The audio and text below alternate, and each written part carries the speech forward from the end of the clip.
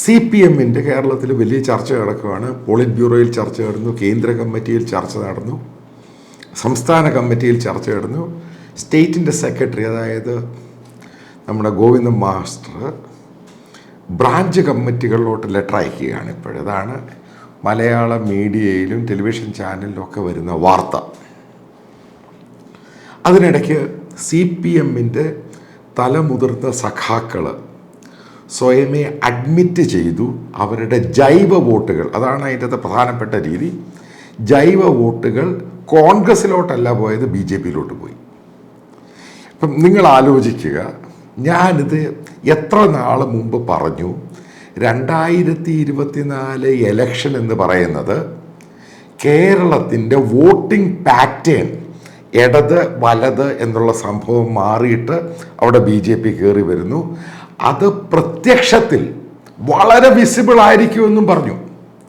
ഇപ്പം ഞാൻ ആ ചെയ്ത വീഡിയോയുടെ താഴെ പല രീതിയിലുള്ള പലരും എന്നെ ഭയങ്കരമായിട്ട് തെറി വിളിക്കുന്നു. കമ്മ്യൂണിസ്റ്റുകാർ ഒരു കാരണവശാലും BJP-ക്ക് വോട്ട് ചെയ്യത്തില്ലെന്ന് വല്ലാത്ത രീതിയിൽ എന്നെ അറ്റാക്ക് ചെയ്തു.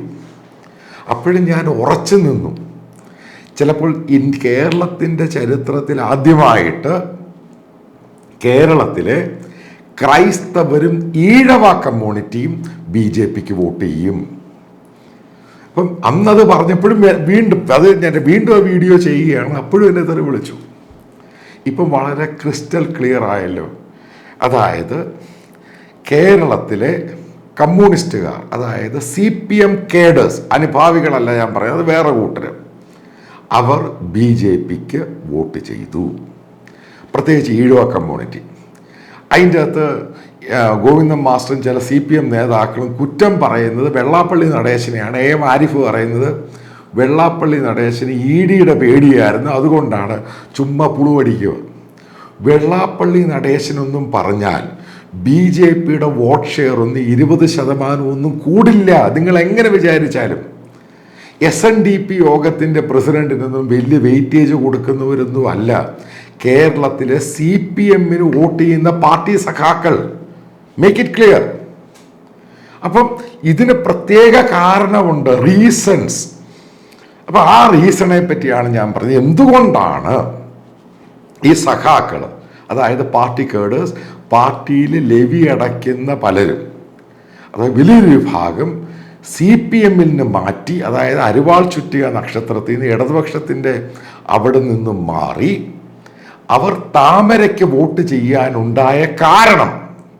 ഇപ്പം ഇവരെല്ലാം പറയുന്ന ചില സഖാക്കൾ, കാരണം എനിക്ക് ഒത്തിരി സഖാക്കളുമായിട്ട് പരിചയമുണ്ട്. ഈ കോൺഗ്രസ്സുകാരെ പോലെ BJP-കാരോട് അത്ര വലിയ പരിചയമൊന്നുമില്ല കേരളത്തിൽ.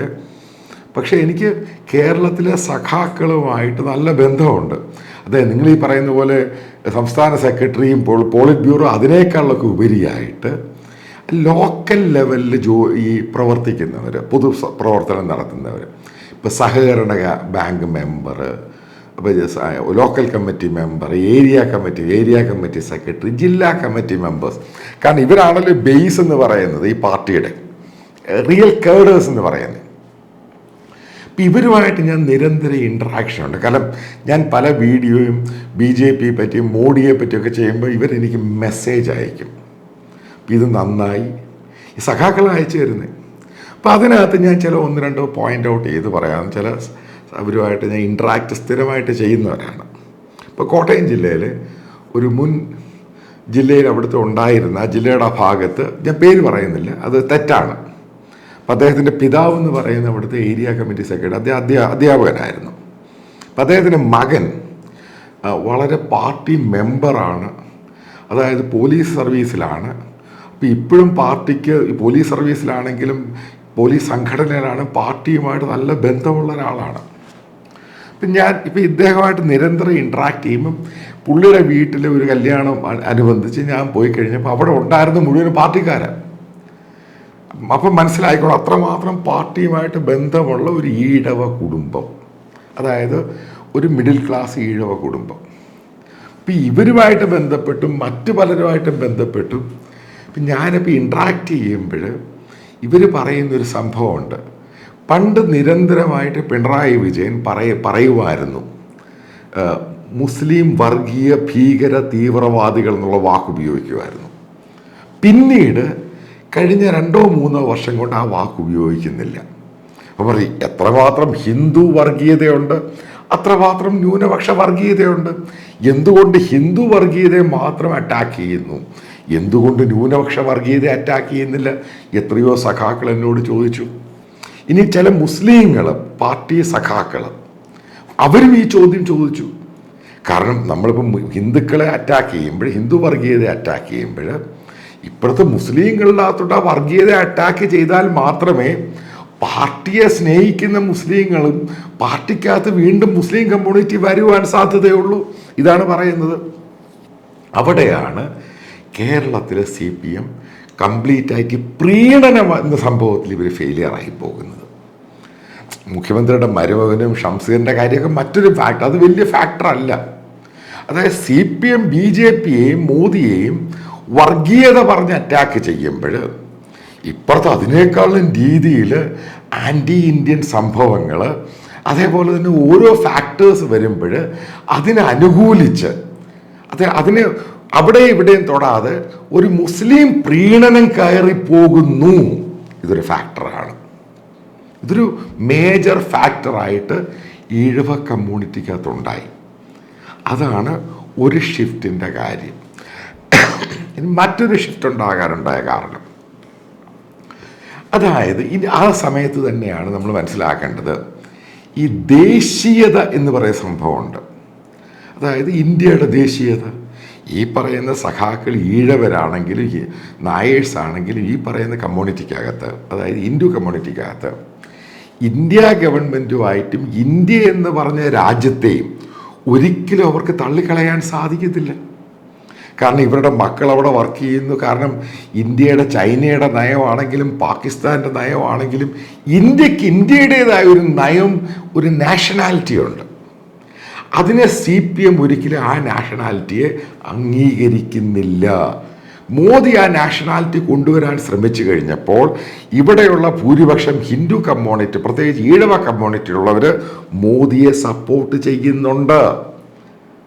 അത് അവിടെയാണ് CPM ഫെയിലിയർ ആയപ്പോൾ. കാരണം ഇവരുദ്ദേശിച്ചത് ഈ കണ്ണൂർ മോഡൽ സംഭവങ്ങൾ ആർട്ടി പറയുന്ന രീതിയിൽ പോകുമെന്ന് അങ്ങനല്ല. അതാണ് 2024 ഇവരുടെ പ്രധാനപ്പെട്ട DNA ഒന്ന് ചോർന്നു പോകാൻ കാരണം. അതായത് ഇപ്പം ഞാനൊരു ഇന്ത്യക്കാരനാണ്. ഇന്ത്യ എന്ന് പറഞ്ഞ ഒരു രാജ്യം നിലനിൽക്കുകയാണെങ്കിൽ മാത്രമേ ഈ പറയുന്ന രാഷ്ട്രീയമൊക്കെ ഇവിടെ ഉള്ളൂ.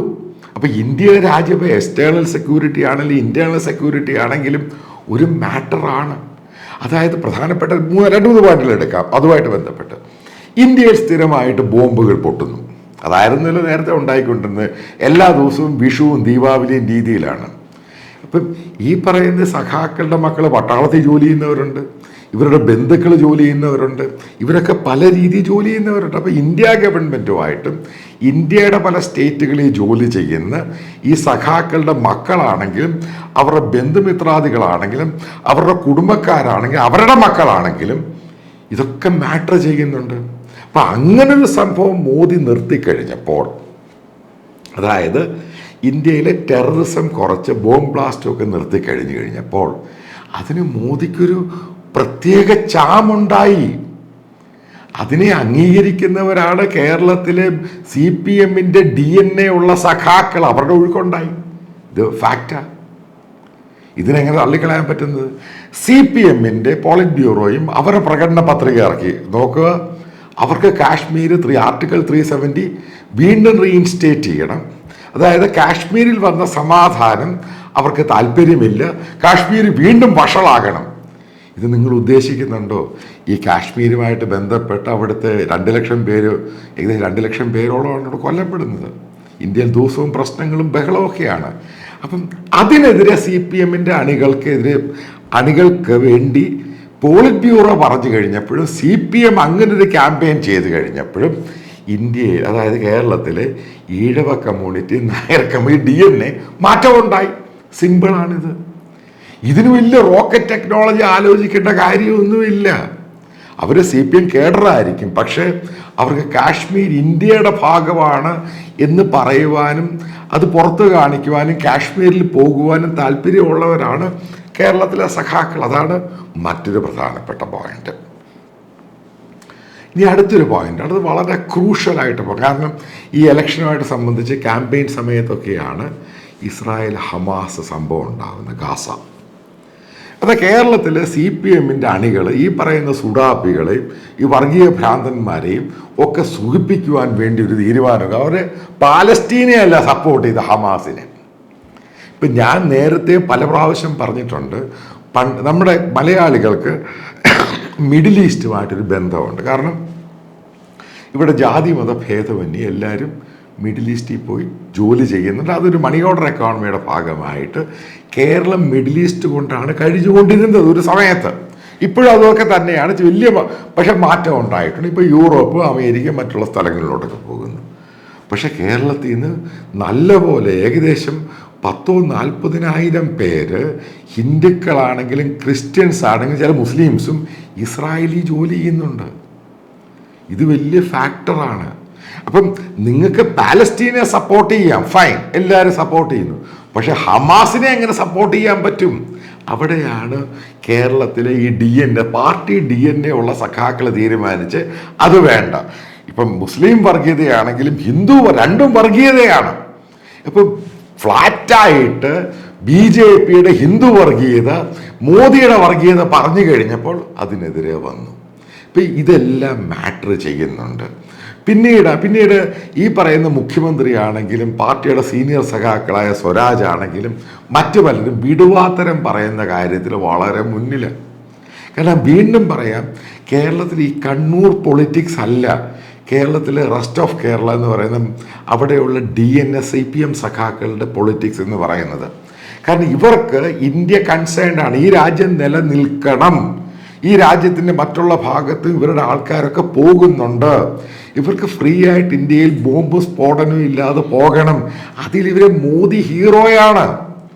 ആ ഹീറോയിസം എന്ന് പറയുന്ന CPM-ൻ്റെ പോളിറ്റ് ബ്യൂറോയും പിണറായി വിജയൻ പറഞ്ഞാൽ മാറുന്ന സാധാരണ ഈ തോൽവി ഇത്ര ഭീകരമായിട്ട് BJP-യിലോട്ട്, അതായത് നമ്മൾ കോൺഗ്രസിലോട്ടും UDF-യിലോട്ടും അല്ല BJP-യിലോട്ട് ഒഴുക്കുണ്ടായത്. ഈ ഒഴുക്കെന്ന് പറയുന്നത് ഇനി തിരിച്ചു കൊണ്ടുവരാൻ ഉറപ്പായിട്ടും CPM-നെ കൊണ്ട് കഴിയുന്ന കാര്യമൊക്കെയാണ്. പക്ഷേ ഈ മുസ്ലിം വർഗീയതയ്ക്കെതിരെയും ഈ പ്രീണനം ശക്തമായ നടപടി എടുക്കണം. രണ്ടും വർഗീയതയാണെങ്കിൽ രണ്ടും വർഗീയത, ആ രീതിയിൽ പറയണം. അല്ലാതെ ഒരിടത്ത് വർഗീയതയും ഇപ്പം ഷംസീർ പറയുന്ന പോലെ, ഷംസീറിൻ്റെ വാചകമാണ് ഏറ്റവും തമാശ എന്ന് പറയുന്നത്, ഗണപതി പൂജ മിത്താണ്. ഷംസീർ പറയുകയാണ്, സ്പീക്കറാണ് പറയുന്നത്. ഇപ്പുറത്തെ അയാൾ പറയുന്നത് ഇസ്ലാമിലാണെങ്കിൽ സ്ത്രീകൾക്ക് ഭയങ്കര സ്വാതന്ത്ര്യം, മാട കോട ചള്ള.